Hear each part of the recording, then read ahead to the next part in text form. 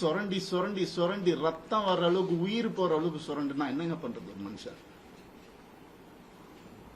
எனக்கு இப்படிலாம் பேச தெரியாதா?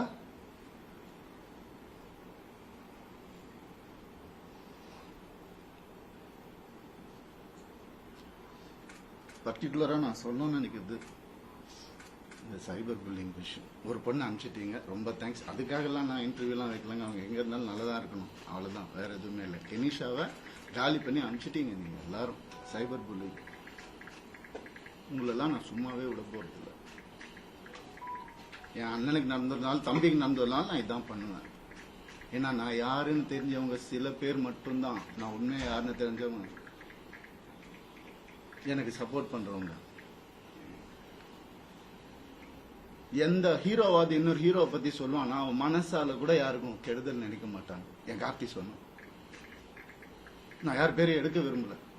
நண்பன் பிரபுதேவா சார் சொன்னார், ஐசிட் சார் காப்பாத்தினார் எனக்கு. கொஞ்ச நாள் வீட்டை விட்டு நான் எதுவுமே இல்லாம வந்தவன் நான். இப்ப நான் வாடகை வீட்டுல இருக்கிறேன், அவங்க எல்லாம் நல்லா இருக்கு. கோடிக்கணக்கான காட்டின வீட்டுல நல்லா தான் இருக்கு. எனக்கு தெரியாதா வெளியே போன்னு சொல்லி எவ்வளவு நேரம் ஆகும் எனக்கு?